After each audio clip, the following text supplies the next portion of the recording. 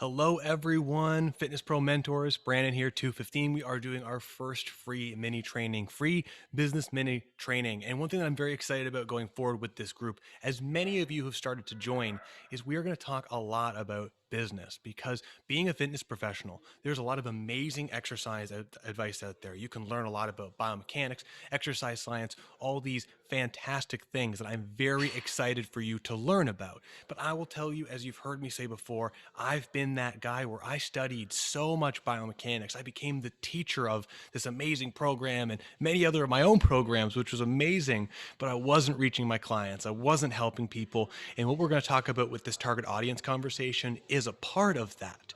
So I'm going to make sure I'm keeping an eye on this because if anyone says hello, I'd love to make sure I'm watching and chatting with you guys and saying hi. But please, when you get here, say hello. Let's talk about this target audience thing. So there's a few mistakes that I've made. Now, target audience is a very important part of this. There's two of my favorite quotes, and one of which is from Alice in Wonderland, and it's Cheshire Cat. And it's, if you don't know where you're going, any road will lead you there. Very true, right? If you don't know where you're going, if you don't know who you're trying to help, you will get lost. You won't know which road to take. However, if you know exactly who your target audience is, who you're aiming for, and who could really benefit from what you do, it makes it so much easier to reverse engineer and build a path and marketing plan and an individualized fist formula to grow your business to reach that audience. So you have to know who is your target audience. And there are a lot of variables for that. And what I want to do is give you a simple exercise today to figure out who your target audience is. And if you're new to training, we'll even talk about that as well. The other one is another great quote that I really love, and it's by Peter Drucker, and it's, "What gets measured gets managed." And part of the reason why I love this is because if you are an active personal trainer and you're trying to figure out marketing strategies, communication strategies, and outreach strategies, evaluating your current client business is going to be an incredible place to start. Now, as it relates to target audience, one of the biggest mistakes that trainers make, and I've done this, is you learn something amazing, something that gets you really excited about exercise. Let's say it's a barbell exercise. There are so many trainers right now that are so excited about barbell squats and deadlifts and bench press, and I may accidentally poke at these a little too much, but they're low-hanging fruit. But let's even say, let's go with the barbell bench press, right? Say you love barbell bench pressing and you say, I want to start a bench press school. I want to be an educator for barbell exercises. The challenge is with that idea of I'm going to be a barbell bench press specialist. Maybe that's actually not that great of an example, but if you're a barbell specialist, being a barbell specialist is kind of a technical approach and it's more preferential to you. The more you learn about barbells, fantastic. But the problem is, who is that barbell thing good for? What is the adaptation and who is the target audience that you're trying to reach for that product? In some cases, people will hear things like, oh, barbells are great. I need to find someone who's a barbell specialist. But in reality, if you say, I'm a barbell specialist, you may have to educate your clients. You may have to educate your consumers as to what that barbell is good for. And people don't search out barbells. Not always. Sometimes they do. What will be a much better way to go about doing it is saying that you're a glute specialist with barbells. Right? I'm not saying that's a perfect example, but say you're a glute specialist, which there are a lot of people who are. I just saw someone yesterday who's the knee guy. These are very easy marketing strategies to find a target audience who needs that product because people want to have a nicer looking glute or stronger glutes or more muscle there. There are people who need healthier knees and better knees. So when you market yourself as the knee person or the glute person or the improve your bench press person, these are extremely specific niches that allow you to focus into a group that has a desire and a connection to that thing. They may have values and preferences that resonate with that. But if you pick a tool and you start marketing it, no matter how amazing that tool is, it can be unsuccessful. Here's another great example, right? Nutrition land, ketogenic dieting is a very popular mode of nutrition that has been around for quite a while, something that I actually experimented with myself. And before it came popular, you just hear this name, right? Ketogenic diet, right? Ketogenic diet specialists. That product if you don't know what ketogenic dieting is and what some of the benefits are from that, you're not going to go and hire a ketogenic specialist. Now it's a little different because it's become more mainstream. But if you took that exact same value system you have, where you're very passionate about ketogenic dieting, you've studied lots of science, and you said something like weight loss strategies with ketogenic diet, hypertrophy strategies with ketogenic diet, regardless if that's ethical or appropriate or even a reasonable thing to do. It's so much more specific that people who are looking for weight loss and see this ketogenic thing might go, wait a second, I've tried a lot of different things. I've never heard of ketogenic dieting. I wonder if that's different for me. And so this channels it down all the way to a much more specific niche, which is very powerful. And so this brings this really interesting idea up when it comes to your target audience. And it's one of the reasons why I think comparing us to iPhones is a very interesting example. iPhones and other smartphone devices, not to pick on anyone, I love iPhones. These are products that are designed for the masses. They are utilitarian devices that are extremely efficient. They do a little bit of everything, actually a lot of everything, very well, and they're not so visually obtuse that any one person is polarized by it, right? It's a very attractive, sleek, minimalist, not too dramatic look. While you see other phones that are targeted more towards gamers that have sharper edges and rigid focus, and they don't have apps like the iPhone does, but they have great video and refresh quality. These are two different products. And so for us, we don't want to be, in my opinion, like an iPhone. We don't want to be a product for the masses. We want to be a product for a niche market, a very niche specific market. And here's an example that I made with my own practice and Strata Internal Performance at the very beginning of marketing. If you want to go back to 5.5 years of marketing strategies, you can see this. I'd studied so much exercise science that in reality, and I know this, I can work with anybody. I've worked with professional athletes. I've worked with seniors after surgeries. I've worked with people post advanced disease conditions. I've worked with young people. I've done it all, and I can work with everyone. The problem is if you market to everyone, especially in fitness world, you're unlikely to get many people. But if you're an expert or a specialist in one direction, you create this folded out niche that no one else is doing, or gives you an opportunity to do it better. And better yet, if you create a niche, that's okay. But what if we create a niche based off of a need? That's where the real power comes in. That's where the real power is. And that's where your business really gets to explode, because if someone has an emotional need and some preference, something that they need, something that's going to change their life, that's going to modify their fundamental objectives, it's going to emotionally feel them better, and it's going to give them a better quality life. Perhaps, like I like to talk to my clients about, if you do the right exercises, they can move pain-free and feel better. Or your specific exercises can help someone lose weight in a way that they're going to maintain that weight loss for their entire life. If you have one of these strategies, and you can reach out to this market, that's a very, very powerful thing. So let's talk a little bit more about that. So here's the thing too, right? Before we jump any further, if you have a niche market, this gives you the opportunity to have consulting rates, to be a consultant and a specialist. We want to be specialists over generalists, because if you want to work, and this is where you need to know your numbers. Let's say you want to make $100,000 a year, and you only want to work 25 hours a week. You have to know your numbers, that's around you taking home $80 per hour of a 25-hour work week with 2 hours a week vacation. I'm pretty sure that's correct. So if you're going to be an $80 an hour trainer, which is above what an average personal trainer costs in my suburban town, what are you going to do differently to make sure you can get that rate? And you could be a generalist who's good at everything, but it gets confusing. The best way to do that is much like an attorney where there's a criminal law and a family law, is be an expert at one thing. I can make anybody stronger who has pain in their body that's medically proved for exercise. I have that expertise in my town. I have professional athletes I see right now. That's fun. I can do all that performance stuff, but I market helping people exercise pain-free so that I can have higher quality life. And all of my marketing, as you see, Strata Internal Performance is all about that. So when we're talking about target audience, there are two things that are important to consider.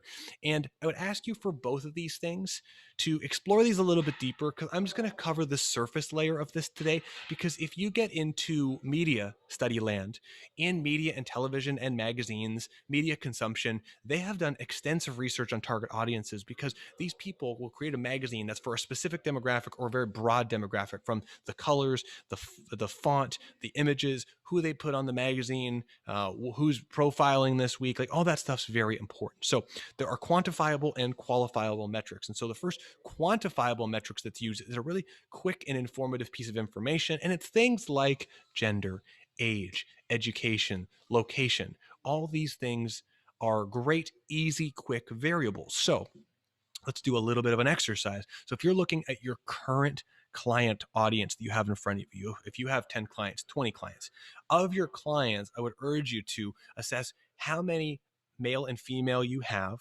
of age demographic, of education level they are. Do you have nurses, anything like that? And along that way, do you have their location? Because I bet you in most cases, most of them live within about a 20-kilometer radius of where you are. Some might drive from afar away, and you can collect some other metrics, but those are the introductory ones that I would start with.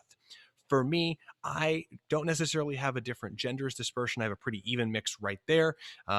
However, most of my clients are very well educated. They tend to be entrepreneurs, which leads into the next one, business owners, people who are retired, don't have kids at home, and age-wise are over the age of 50, and in most cases over the age of 60. The reason why this is important is if you know you have people who are relatively close to you that are retired, that don't have kids at home, this will help you think about, okay, I'm a 30-year-old who finds technology interesting. I'm in love with my family. I like cars. I love drums. But the marketing that I find attractive now may not necessarily resonate with a 60-year-old male version of me, because they're used to seeing different things. And they see me, which comes into marketing strategies that we'll talk about in a second. They see me talking about exercising pain-free, and they can't relate to me because I'm this young person who, of course, doesn't have any injury. So how is that relatable? So if you can find a way to capture some of your clients for marketing and show people that people like them come to a place like yours, that helps a lot. So that's a quantifiable metric, and it's a very easy, reachable one. And you can quite literally do that just by looking at your client list. By the way, if you don't have a client list, make a client list. The next one is psychographics, and psychographics get into more qualitative variables. And there are a lot of pieces to this. And if you actually get into the psychographic analysis of target audiences, you'll find that there are some very crass ways that the media companies will portray different psychographic stereotypes, but it helps them in conversation to create quick labels to have a conversation as to which person they're going for. So as you're going through this, you might see some things that seems a little bit negative, but I would still urge you to go down this rabbit hole. And through the mentorship, we actually go pretty deep into this because it is important. So these are people who have specific opinions, specific beliefs, specific values, and specific interests. And so with my personal practice, I find I have a lot of clients that take this mastery approach to all things in their life. Like I think of this one couple where I have a husband and wife, and they both are not golfers. One loves golf and one loves their dogs, and one studies dogs and learns everything about their dogs as much as they possibly can. And I would say are dog wizards, so to speak. And the other one is a golf wizard and continues to practice mastery that way. They're both successful entrepreneurs and have already reached their level, the level they want to achieve, so to speak, but they continue pushing and continue learning. So I have these people that have this mastery level value system, which is incredible because this comes from me being a niche market individual at a higher price point. People who can afford me are the people who've been coming to see me. And these people who can afford a higher price point, especially high in my town, have unique beliefs and value systems. And what's great about this is if you can hone in on specific value systems that clients of yours have, and you can actually relate your practice to their value systems, and you can even relate exercises to those values, you can create an incredible dent A lot of my clients also, and personally, I'm using my example because it's the easiest and most lowest hanging fruit, is most of my clients understand that if they have a pain, an ache, or a problem in their body, that pain or ache is something that's wrong, but may not necessarily be the source of the problem. They understand that their body is a really advanced engineering system, and they have to maintain the whole quality of the system to make sure they feel strong. And they understand the value of a holistic approach: sleeping, eating, taking care of themselves. Now, of course, I've been doing this for 15 years. So my demographics and psychographics have become more niche as my time has progressed. And what's very interesting, which is why mastery is a pillar. If you're new into personal training and you have some things you're very excited about, good. Please do that. Start marketing and pick a niche market and go. But I almost guarantee you that your marketing and the people who will come to you will not be the same people that you think will, right? If you're thinking, okay, I'm going to market and I'm going to market to 70-year-old retired people specifically who have knee replacement problems. Well, you might start going down that road, and then you might organically somehow have a bunch of people with MS start coming to see you. And then all of a sudden, it's not that you're an MS specialist, but you're an exercise specialist for someone who works with neuro disorders like that, or whatever that may be. So start going down a niche market, start promoting yourself, start leveraging your clients as much as you can, which is a whole other mini training thing that we'll talk about, and grow from there. Your current client base is absolutely the best assessment of your product, because one of the things I really thought that I somehow thought that I was a specialist in helping people with problems like exercising with pain, and that's true. But then all of a sudden my market seemed to be that those people who had aches and pains that valued my preferences and my systems and my knowledge were seniors. So now I'm definitely marketing myself to seniors who have pain much more. And that specialty brings people in, like just today, a gentleman who was like, I don't have any of these problems, but I want to stay strong. So I'm not one of those people. Do you guys do that? Our niche is carved out, and that's how I've succeeded and built the business for my personal practice and helped Strata Internal Performance grow to my town's largest one-on-one personal training studio. So for this for this mini training, if we're going to put a bow on it, where do you start? First, analyze your current clients. Identify some of those quantifiable metrics and those qualifiable metrics. I guarantee if you have any level of success in your business and people have been around for over a year with you, you're going to see some consistency with the type of people that you have. If you don't have clients, don't build a business around something that you like. Build a business around something that people need. There's a lot of incredible, that's part of the reason why I'm doing Fitness Pro Mentors, to be honest, is to help one-on-one personal trainers build a client-centric, data-driven practice. I don't see too many people talking about this, and that's why I'm giving this information to you. There are people that you know who have Parkinson's and need to exercise, who have weight, they're trying to lose weight for some sort of health goal, and they've been doing all the diets, they've been bouncing from one thing to another, and maybe a version of exercise that you offer could be the perfect thing for them. Think about what they need and reverse engineer everything you do for them. And this is why I love the 5 pillars of personal training that we talk about: technical, business, communication, creativity, and mastery. Is if you think about these pillars, those pillars are your personal study guide for your target audience. So everyone, thank you so much. I hope you enjoyed this mini training. Please comment below as to what you thought. I'm going to save this video, and if anyone missed it and you want to watch it later, well, I'll write that in the comments there. But please check it out. Let me know. And if you've watched this whole video, I would like to offer anyone who's joined this group that has not had one yet, and if you had and you want another one, let me know. A free 45-minute business audit. I'll add the calendar link below so you can just sign in and jump in, and I'd love to talk about your business. But hey, what'd you think? Was this useful? And what do you want me to talk about next? I've got a plan, but honestly, make me work. I want to make sure that you as trainers are getting everything you can. And honestly, as a last thing that I will say, if you're still watching this, I got some people watching, that's fantastic. The reason why I'm doing this is I'm a technical lover. I love exercise technique and physics and all of that stuff. I think it's brilliant. It gets me excited. But if you're someone like me and you've studied yoga, Pilates, bench press, any one of these things for hundreds of hours because you love it, and you haven't studied an equal amount of business practices, and in that business you're excited about being a personal trainer, you don't have enough clients to make ends meet, and you're nervous about if you can even make a go at this, if you're even concerned at that, are you making enough money to have a life? Are you making $5, $10, and $15,000 a month? What do you need to get there? We got to step away from this technical stuff and we got to look at the stuff over here, because this business stuff is what's going to allow you to study more of the technical stuff. All right, everybody. Thank you so much. I'm looking forward to seeing you guys next week. And next week, we're going to talk about social media, which is going to build off of today.